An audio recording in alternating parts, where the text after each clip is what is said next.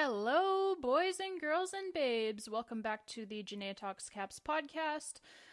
This week, I should let you know that we are doing a little bit of a test run for some new studio equipment that we've got here, new microphones and things like that. So we are hoping that it is going to drastically improve the sound of our podcast, but apologies today in advance for any technical difficulties that we might experience. It is the first time that we're using it, so but we will get it all figured out, and like I said, it's likely going to drastically improve the sound of our podcast. So for today's episode, we wanted to talk about how the Caps stack up against their round robin opponents. So what we're going to do is we're going to talk about it a little bit in general first, kind of, the Caps' recent history, their recent performances against these three teams, and then what we'll do is we will get into more of a detailed breakdown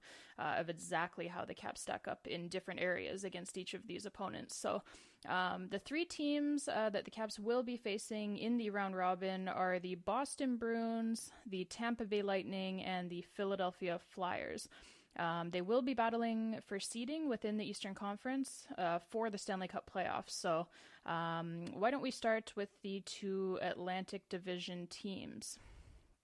Now, it's certainly no secret that the Caps have long owned the entire Atlantic Division, not just the Bruins and the Lightning, and it's been that way for many, many, many years now. So over these last 5 seasons, for example, the Caps boast a ridiculous 81-24-9 record against the Atlantic Division. And overall for this season, by the way, they went 14-2-2 against the Atlantic Division. So that's just an insane level of dominance over a particular division. And like I said, it's not just for this season, but this is, over an extended period of time. And that dominance actually dates back even further than just the last 5 seasons, but we just gave you the most recent 5 as the most recent example. And the Caps have also specifically dominated both the Bruins and the Lightning over that period of time, which is a big part of their lofty record against the Atlantic Division. So why don't we take a quick look at the Bruins first? Like I said, we'll get into more detail of these matchups later on in the episode. But for now, just looking at, if recent history, say the last, 5 years or so, we'll use that 5-year period. If recent history is any indication, then you can certainly pencil in the Caps round robin game against the Bruins as a victory for the red, white, and blue.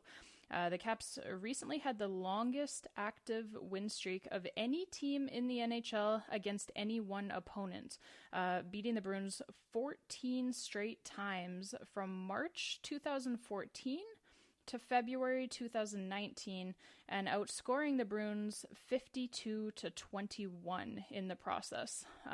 The Bruins did finally beat the Caps, albeit by only a 1-0 score, for the first time in nearly 5 whole years back on February 3rd, 2019. And that lack of scoring for the Bruins has certainly been a persistent issue against Braden Holtby and the Capitals. Overall, during that 14-game losing streak against the Caps, the Bruins were shut out a whopping 4 times.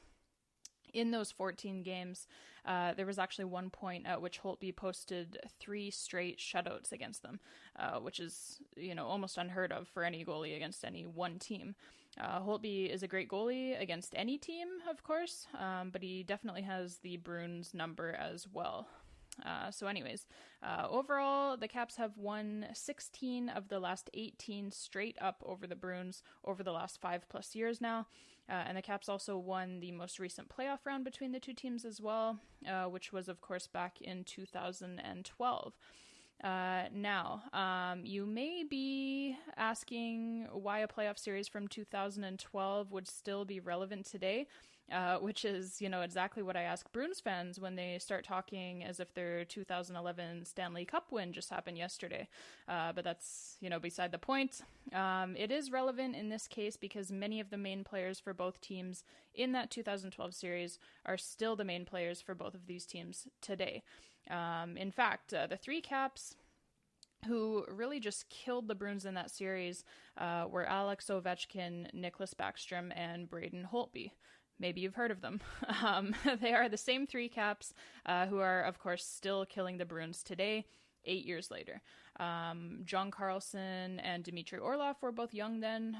Orlov had actually just finished putting up 19 points in 60 games in his rookie season during that 2011-2012 campaign. But they are both still, obviously, on the Caps today and playing very large roles, with both of them skating in the Caps' top four, and Carlson, of course, likely winning the Norris Trophy this season as the league's best defenseman.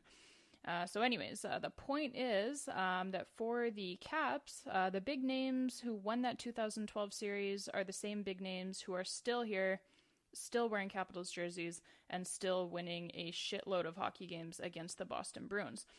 So nothing has changed in that regard. Alex Ovechkin, Nicklas Backstrom, Braden Holtby, and friends have really spent the better part of these last 8 years absolutely tormenting the Boston Bruins. And so I don't expect that to change anytime soon. As for the Bruins, much of the cast remains the same as well. Their core, for example, is pretty much untouched since 2012, with Zdeno Chara, Patrice Bergeron, Brad Marchand, and David Krejci all still on the team and still playing prominent roles. Torrey Krug, much like Dmitry Orlov, was a rookie back then who is now a huge part of his club's success. And Tuukka Rask was a Bruin back then as well, though he shared the net with Tim Thomas, who was actually the guy who backstopped the Bruins to their cup win in 2011. Rask has never managed to do that. So, anyways, much remains the same for both of these teams, the Caps and the Bruins, when you look at that 2012 playoff series to now, although there have been some significant changes for both sides as well, which we will look at when we take a deeper dive into the matchup later in this episode. So for now, let's move on to the Tampa Bay Lightning and take a quick look at them against our Washington Capitals. Now, much like with the Bruins, the Caps have owned the Lightning dating back a number of years, actually ever since the Caps and the Lightning both played in the old Southeast Division. They've continued owning them after the Lightning were moved over to the Atlantic Division. That was during the NHL's realignment in 2013. And that dominance culminated, of course, with the Caps beating the Lightning in the Eastern Conference Final in 2018, including beating them by a 4-0 score in Tampa in Game 7, in a series that the Lightning were heavily favored to win, en route, of course, to the Caps winning the Stanley Cup a couple of weeks later. So given that, at the time, the regular season juggernaut Tampa Bay Lightning were supposed to win that series, and they expected to win that series, it's been clear, really ever since then, that the Caps are totally in their heads. You might remember, last year's playoffs, right? 2019, a Lightning team that seemed really demoralized before the playoffs ever even started in 2019. And that was, they were clearly like second guessing themselves the whole way through that series against the much lower seeded Columbus Blue Jackets. Anyways, they were swept out of the playoffs by the Blue Jackets, becoming the first President's Trophy winning team in NHL history to ever be swept out of the first round. So that's obviously not a distinction that you want next to your name. So anyways, it was just like watching that series, it was almost painful. Like, not for me because I'm a Capitals fan, but for a Lightning fan, I'm sure it was painful. Because like I said, the Lightning players, they just seemed to be second guessing themselves the whole way through that series. They had no identity. And I suspect, like I said, that's largely because the Caps ripped it from them the year before in the playoffs. So they really just couldn't seem to find their way. And that carried through pretty much almost the whole way through this season. And so anyways, that was last season's playoffs. And like I said, that was 1 year removed from the also lower seeded Caps, also demoralizing them in 2018 in the Eastern Conference Finals. So then for the Lightning, like them having to watch from home as the Caps went on to win the Stanley Cup and party like rock stars, all while the Lightning continued crying rivers into their bowls of Cheerios. Like, that's gotta hurt when you're the higher seeded team, you're expected to win. Not only do you lose to this team who you don't like, but then you watch them go on to win the cup. So Maybe I shouldn't say that. I shouldn't say they don't like them, but I know a lot of the Lightning players and coaches as well were very happy, particularly for Alex Ovechkin winning the cup. But it's a hotly contested series. You just lost to these guys, and then you have to watch them go on to win the cup. It's got to be tough. So it's been a rough couple of years for the Tampa Bay Lightning, and like I've mentioned, it's been clear all along that the Caps are deeply embedded within their psyches. And that was abundantly clear this season, by the way, as the Capitals won all 3 games against the Lightning by a combined score of 12-6. So that also included 2 just total and complete ass kickings within the span of a week.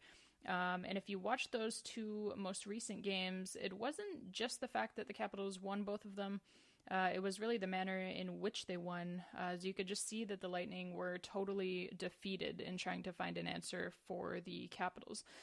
The Bolts had started, they had started off that week rather plucky, and you could tell that they'd made it a point within themselves to try to play more physically in order to at least try and match the physicality that the Caps bring.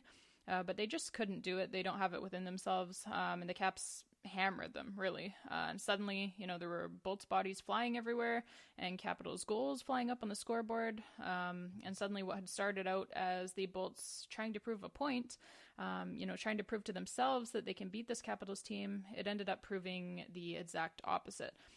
The Caps really do. They own them, and they made that, like I said, painfully clear to the Lightning by the end of the season series. Okay, so last but not least, let's take a quick look at the Philadelphia Flyers before we jump into some detailed breakdowns of the tale of the tape between the Caps and these 3 teams. So Philly. Good old Philly, right? Where they take the bracelets that were meant to honor their deceased owner and chuck them onto the ice in a classless display of unsportsmanlike conduct that you just would not believe if you had not seen it with your own 2 eyes. Yes, that Philly. The Caps did struggle a bit against the Flyers this season, but overall, as a whole, over the last decade or so, the Caps have been very successful against the Flyers, really during the Alex Ovechkin era of Capitals hockey. And of course, Alex Ovechkin and Nicklas Backstrom have both been a huge part of the Capitals' success against the Flyers and the Capitals' success in general over that time frame. The Caps... They did beat the Flyers in the most recent playoff round between the 2 teams as well. That was back in 2016, so just a few years ago now. That playoff series did unfortunately encompass that whole Ed Snyder bracelet throwing incident. The Flyers fans were cranky, if you remember, because their Flyers were already down 2-0 in this series, and the Caps were about to make it a 3-0 hole by winning game number 3 by a 6-1 score. That was an ugly one. I mean, beautiful if you're a Capitals fan, but ugly if you're a Flyers fan.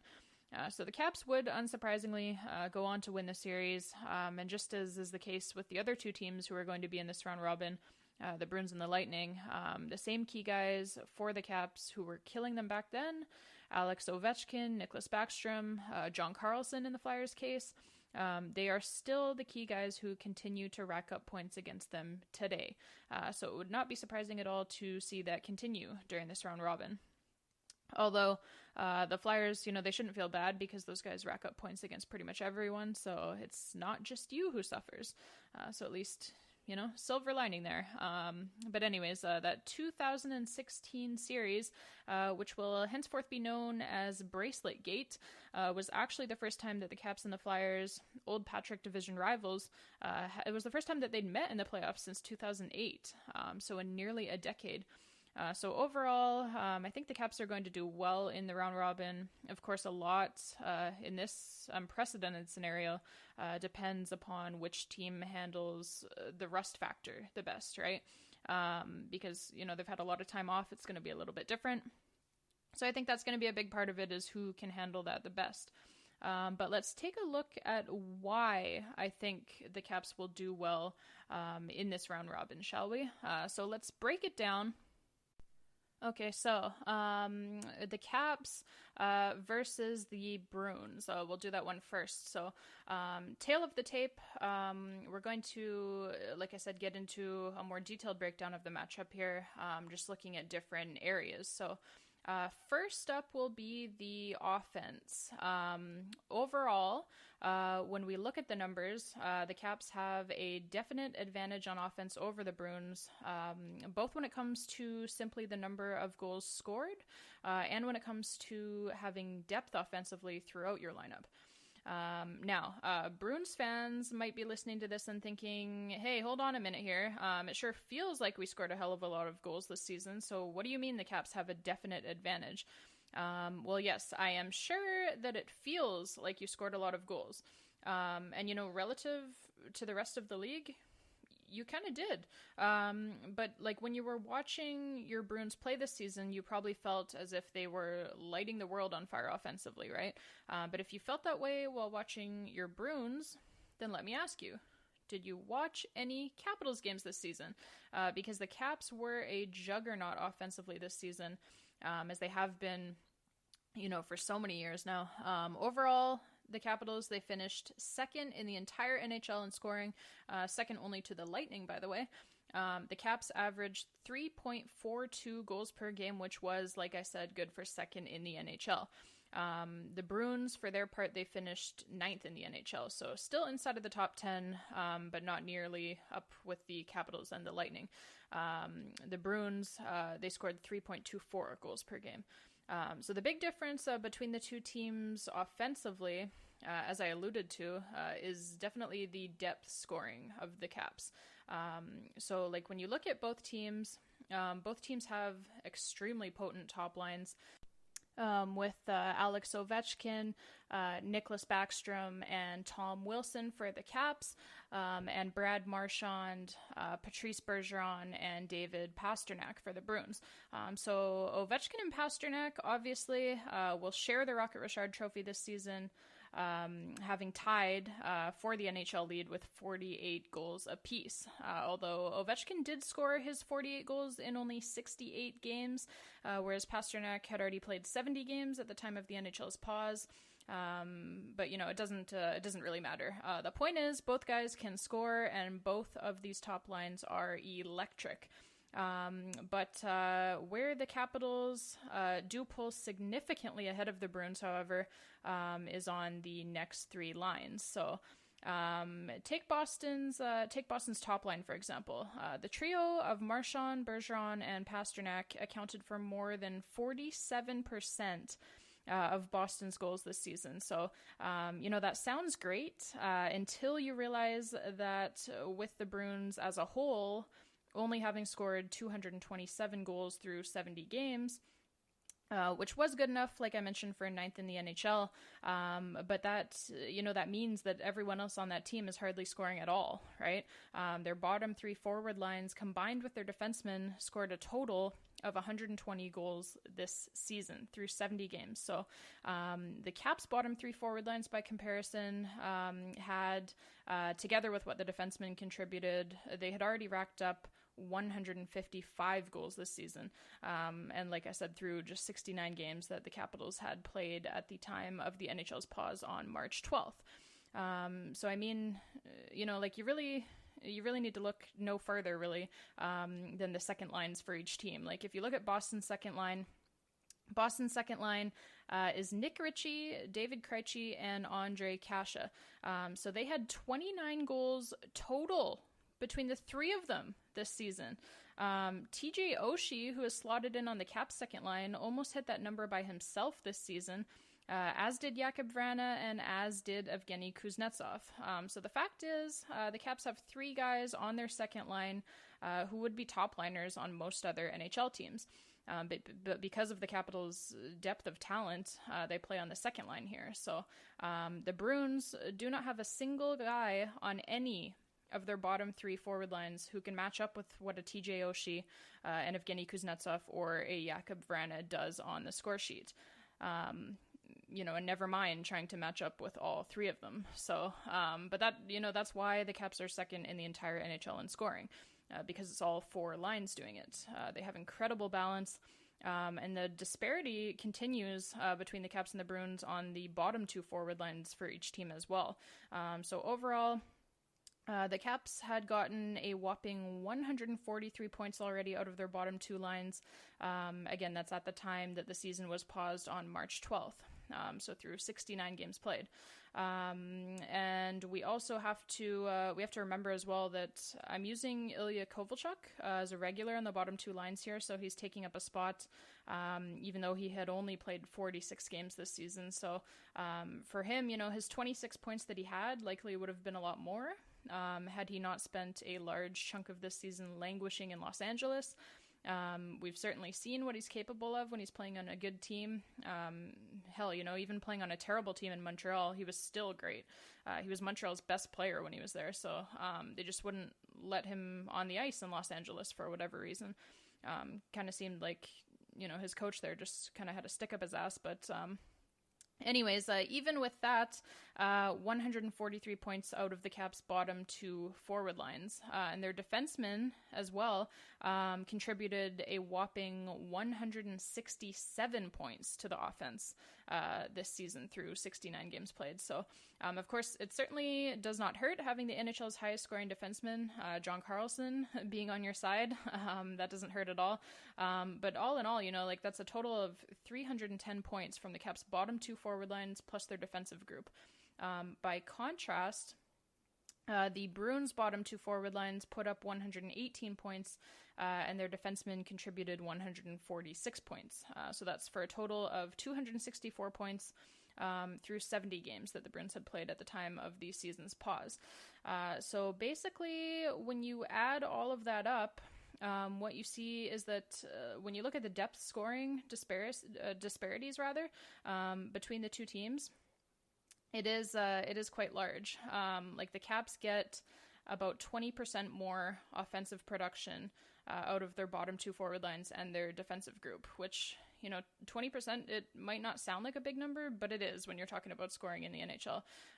So the Caps get 20% more offensive production out of their bottom two forward lines and their defensive group than what the Bruins get out of theirs. So, like I said, it might not sound like a big number, but it really is. And when we break it down even further, a lot of that is, of course, due to, just how fucking fantastic John Carlson is.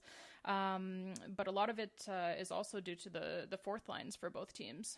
The Caps have had one of the best, if not the best, fourth lines in the entire NHL all season long, whereas the Bruins' fourth line, as is the case, really, like I said, with all of their lines past their top line, they've struggled to score. In fact, if you take the offensive production of the Bruins' entire fourth line, so that's Joakim Nordstrom, Par Lindholm, and Chris Wagner, they put up 23 points total this season between the three of them. The Caps' fourth line, regardless of if it's Richard Panik or Carl Hagelin on it, is going to be at around 55 points or so this season. So you've got, obviously, the two mainstays, Nick Dowd and Garnet Hathaway, who combined for 31 points between the two of them. And then, regardless of whether you're having Richard Panik or Carl Hagelin on that left wing, Richard Panik had 22 points in only 59 games. 59 games that he played this season, so 22 points all by himself, and Carl Hagelin had 25 points all by himself in only 58 games played this season. So whether it's Panik or whether it's Hagelin, either one of those guys is outscoring the Bruins' entire fourth line all by himself. So that, like I said, is a pretty big canyon in between the two teams in terms of, the disparity of the depth scoring. But the biggest difference between the two teams offensively, by far, is definitely at the second line. So, I talked about it earlier, but I'm going to give you a number here that is going to blow your mind. Are you ready? So in terms of total goals, the Caps' second line of Jakub Vrana, Evgeny Kuznetsov, and TJ Oshie outscored the Bruins' second line of Nick Ritchie, David Krejci, and Andre Kasha by 250%. Like, how is that for blowing the opposition out of the water? That's a matchup that, as a Caps fan, I will take all day, every day, and twice on Sundays. Thank you very much. But I mean, in all fairness to the opposition, the Caps did boast one of the most well-balanced and potent attacks in NHL history this season. Had the regular season played out in full, they were on pace to break a number of records across the board. So it's not just the Bruins who can't keep up offensively. It'd be basically any opponent that the Caps would come into contact with. I do think that the problem for the Bruins, though, is going to be that the rate at which they rely on their top line for scoring all of their goals. Like I mentioned, the trio of Marchand, Bergeron, and Pasternak accounted for over 47% of their goals this season. It's simply not sustainable once you get to the playoffs. Like, first of all, top lines in the playoffs have a way of canceling one another out. Certainly, like an Alex Ovechkin, a Nicholas Backstrom, a Tom Wilson, they can certainly keep up with, a Marchand, a Bergeron, and a Pasternak. So, top lines, they kind of have a way of canceling one another out in a playoff series.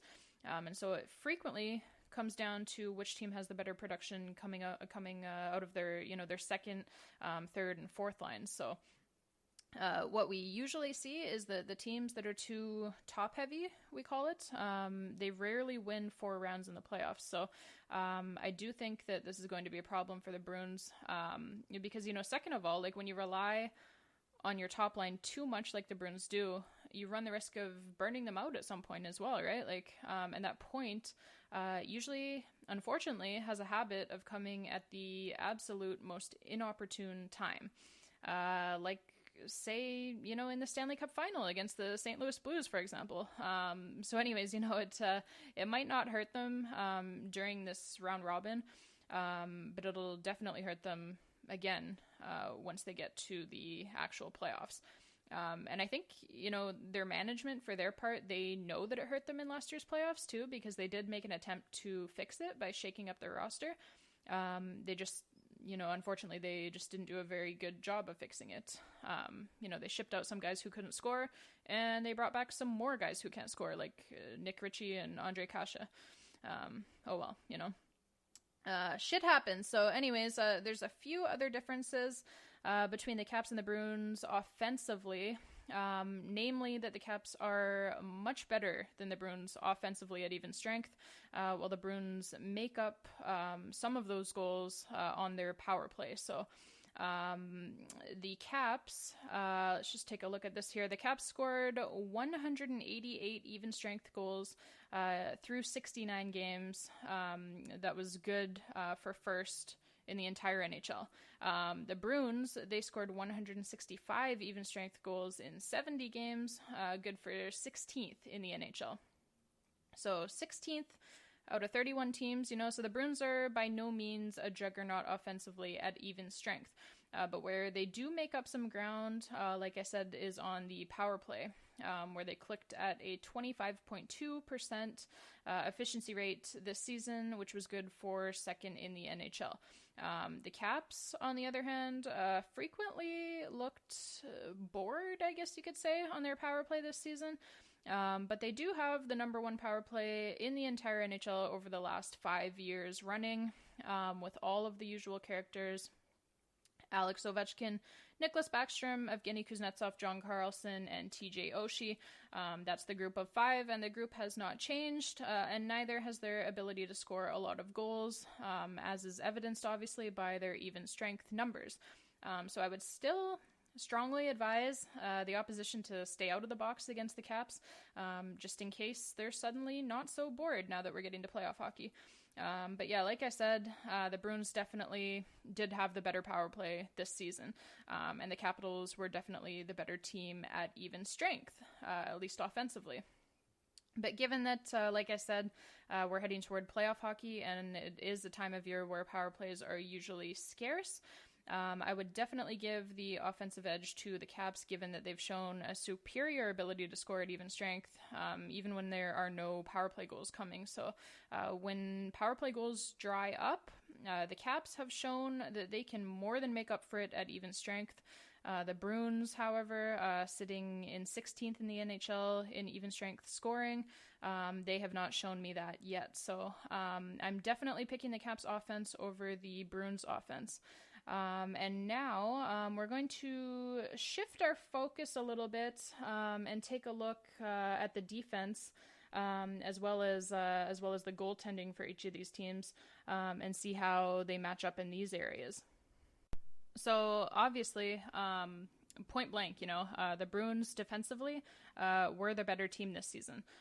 In fact, when you look like just at the simple basic stat of goals allowed, they were actually the best team in the NHL this season in that regard. So they allowed an average of 2.39 goals against per game, which placed them, like I said, at number one in the NHL in that category through the 70 games that they had played at the time of the season's pause on March 12th. The Caps, on the other hand, might hurt us to look at this, but they were somewhat of, like, we already know that, right? Like they were somewhat of a circus defensively for much of the season. So they were starting to figure some things out leading up to the NHL's pause. Although, unfortunately, we didn't get to continue with that, but like as the regular season, obviously was paused and then confirmed to be over and done with. But their numbers definitely, they were trending in the right direction and starting to move up some.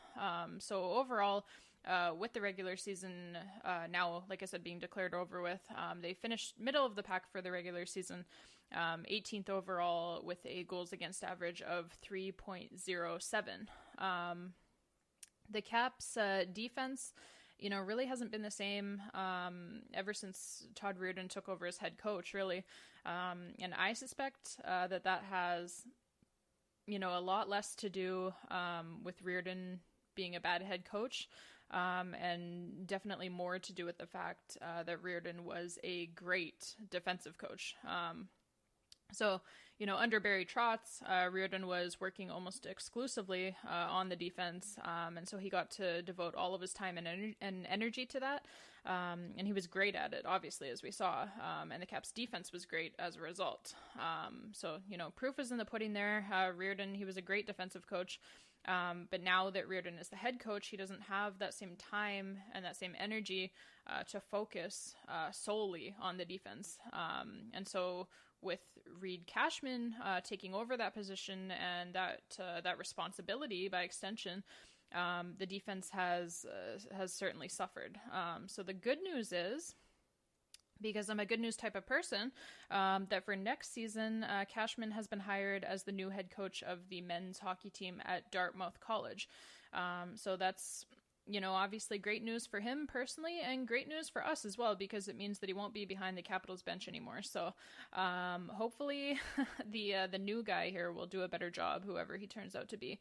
But anyways, I always like to look at why a particular team's defense is either good or bad, or in the Capitals case, mediocre. And I like to look at what leads to a team's goals against numbers. So why don't we let's dive into that, shall we? Because I found some pretty interesting numbers throughout the season, and it's really quite a pattern. So let's take a look at that.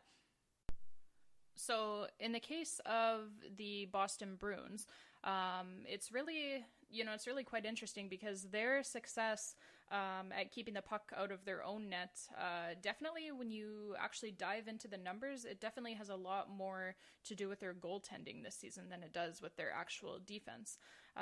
In fact, like one of the most interesting stats that you'll find is that the Bruins and the Caps actually allowed almost an identical number of shots against per game.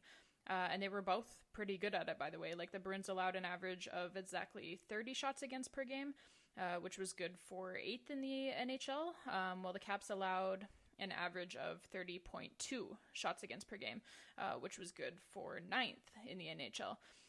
So, anytime that you're top 10 out of 31 teams, you're doing pretty good. So in terms of shot suppression, there's, like I said, basically nothing separating the Caps and the Bruins. Yet the Bruins, like I had mentioned, they finished first in the entire NHL in goals against per game, while the Caps finished 18th in the same category. So you would expect that race to be a lot closer, right? Given how close the two teams are in terms of the number of shots that they give up. So, what gives? Well, the simple and unfortunate, because I love him, answer is that Braden Holtby had a rough regular season. Whereas Tuukka Rask finished second in the NHL with a .929 save percentage, and his counterpart, Yaroslav Halak, with whom he split time in the crease pretty evenly this season.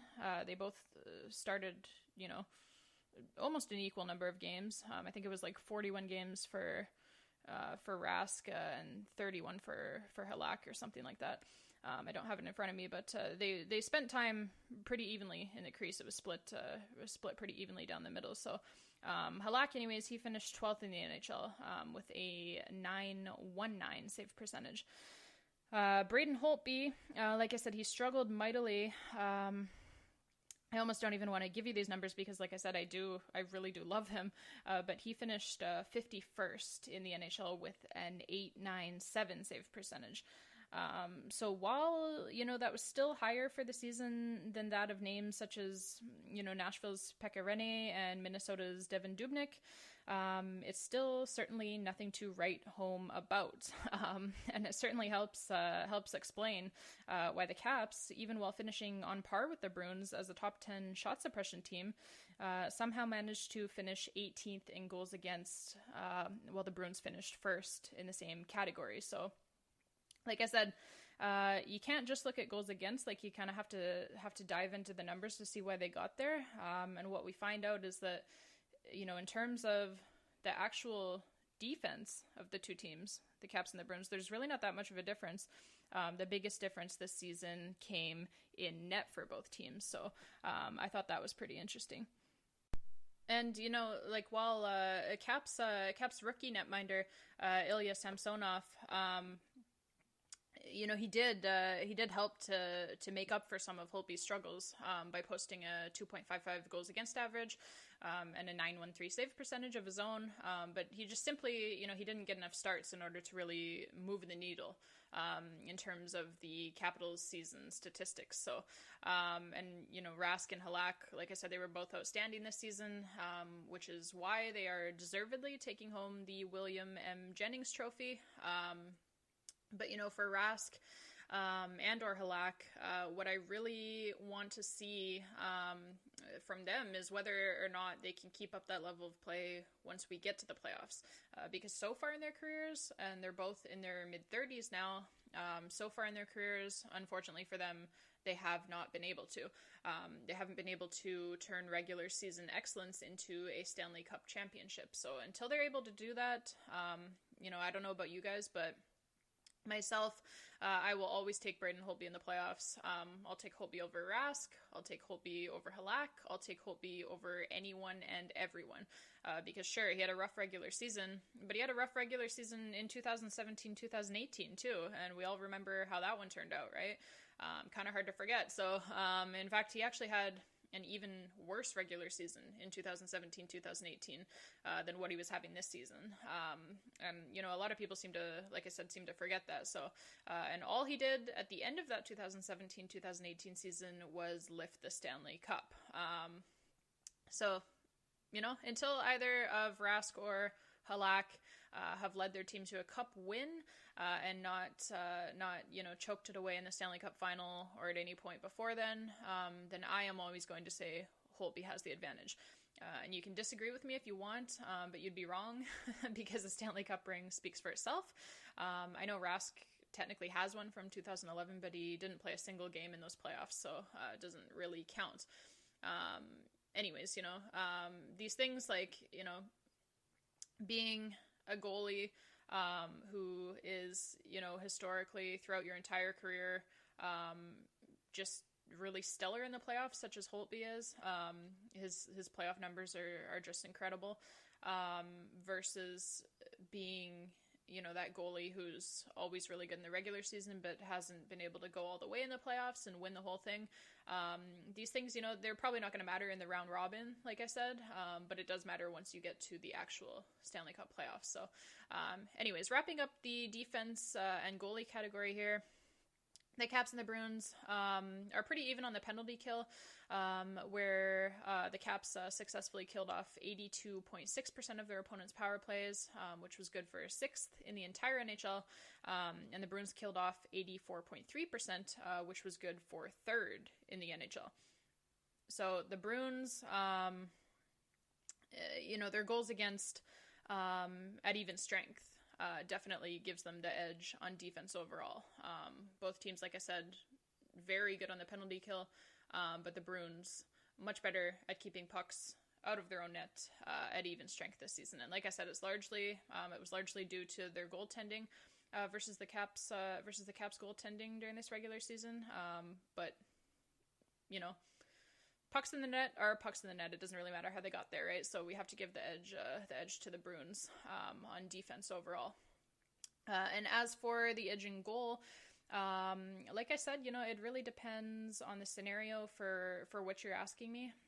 Under most circumstances right now, like in a regular season scenario or in a round robin, like I said, in a not for all the marbles type of scenario, in that case, I would give the edge to Rask and to Halak and to the Bruins. But should these two teams meet in a Stanley Cup playoff round later on this year, where it's lose and you go home, in that case, I'd give the edge to Braden Holtby and to the Washington Capitals. But we will just have to wait and see if that's a scenario that presents itself later on here, perhaps in the Eastern Conference Final. That would certainly be nice. And as for, the intangibles, and to see which team has the advantage there, there are a few things that we have to consider.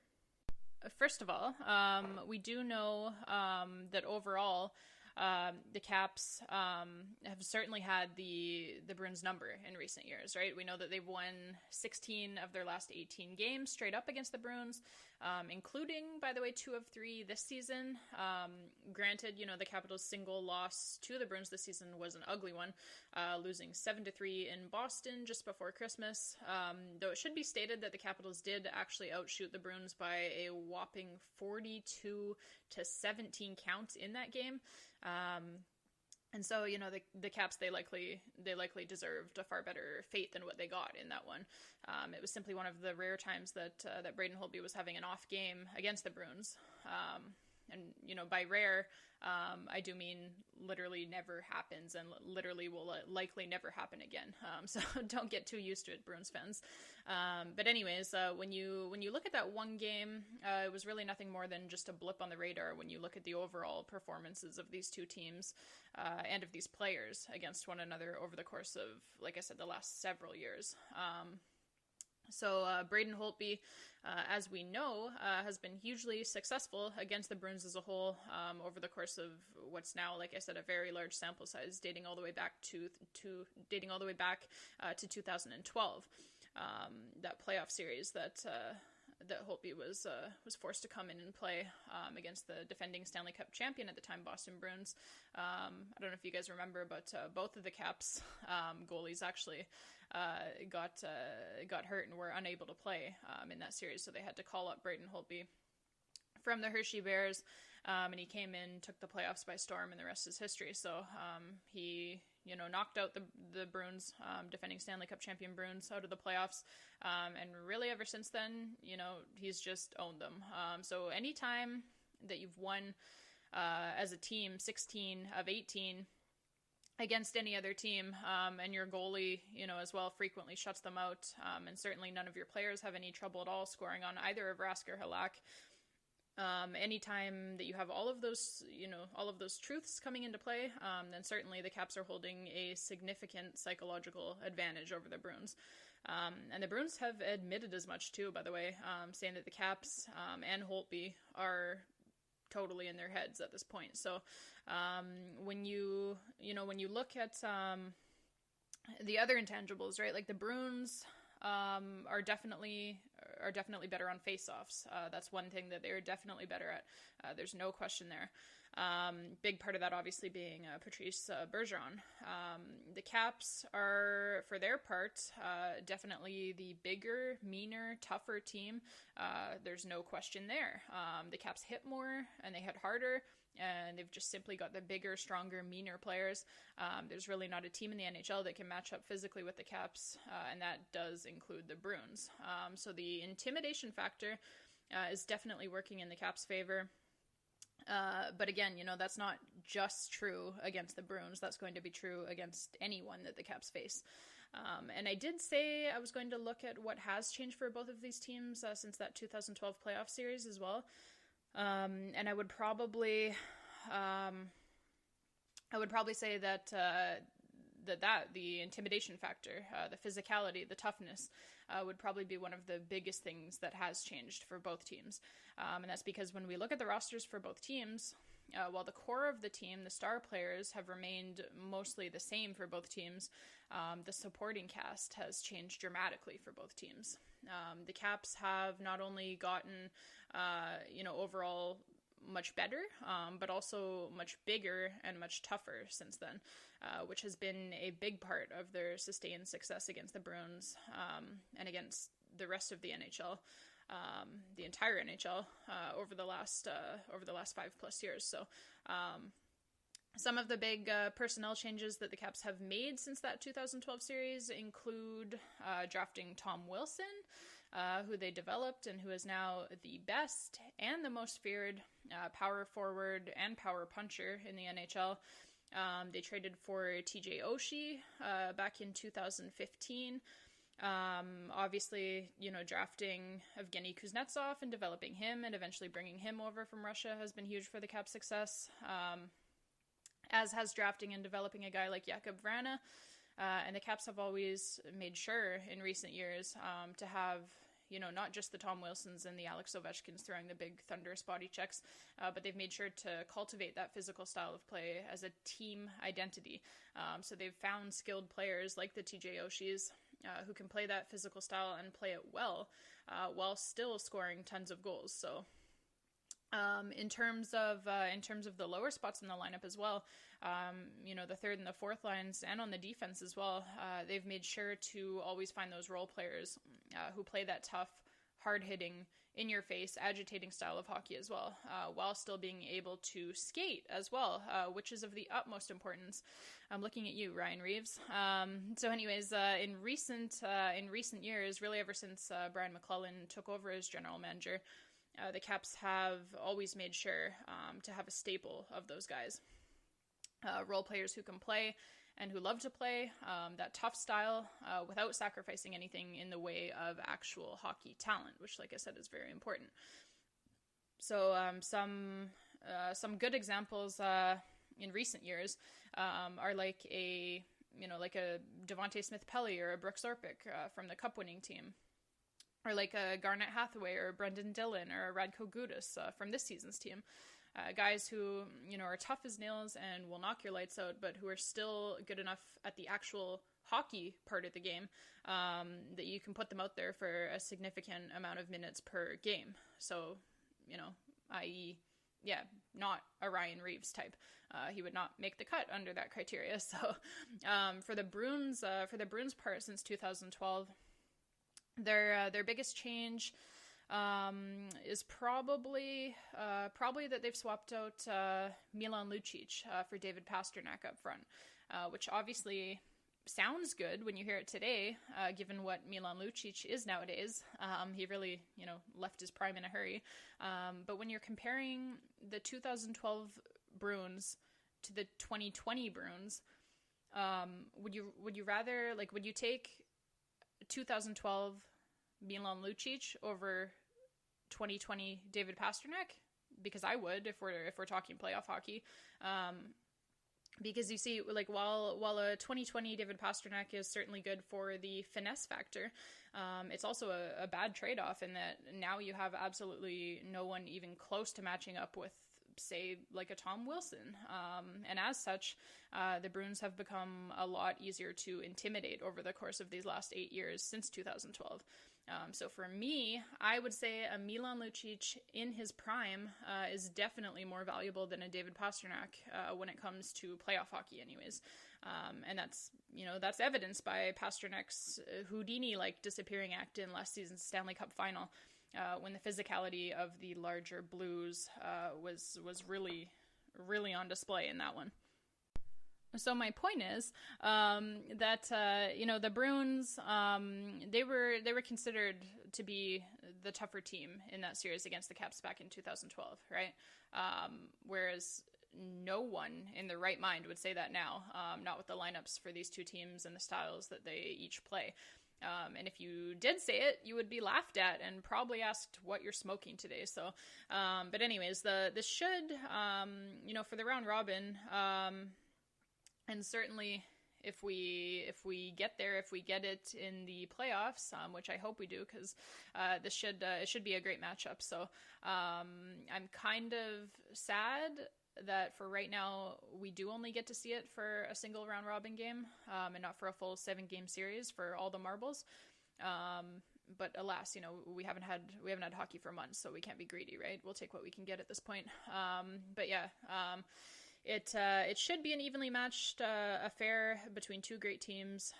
Both teams are in the top 10 in the NHL for shot differential.